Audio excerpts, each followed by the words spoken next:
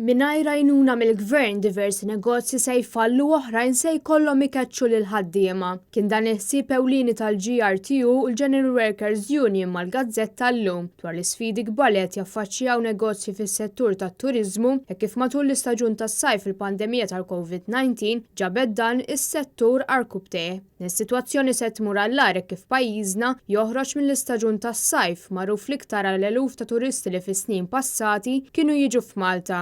Ir-ristoranti, lukandi u negozji oħra fis-settur tat-turiżmu se jkunu qed jaraw tnaqqis drastiku fil-bejgħ tas-servizz tagħhom. Is-Segretarju Ġenerali tal-General Workers Union Joseph Buġejja qal li l-membri tagħhom ħabbru li fil-bidu ta' wissu l-bejgħ kien beda jirkupra iżda hekk kif il-każijiet reġgħu bdew jiżdiedu kollox spiċċa sfaxxa fix-xejn. Il-President tal-GRTU Filip Fenek qal li anke jekk il-negozji jiġu mejjuna se jaraw sfidi kbar filwaqt li jekk ma jingħatawx għajnuna se jispiċċaw isofru minn danni kbar. It-tnejn qablu ma jistax ikun li l-Gvern jitratta din is-sitwazzjoni tal-pandemija bħalli kieku hixi logħba u jħalli l-każijiet pożittivi filli niżlin u filli tilgħin mingħajr ma jieħu azzjoni konkreta biex il-każijiet ġodda jinżammu baxxi kemm jista' jkun. Dan hekk kif iż-żieda fil-każijiet qed tirriżulta f'iktar pajjiżi li qed ipoġġu lil Malta fil-lista l-oranġja. Dan kollu qed jagħti xejra xejn sabiħa biċ-ċifri pubblikati mill-NSO dwar l-ewwel 7 xhur juri li d-deficit tal-għal aktar minn biljun euro b'diversi ħaddiema għaddiet qed jitolbu biex il-Gvern jintervjeni b'għajnuna ġusta.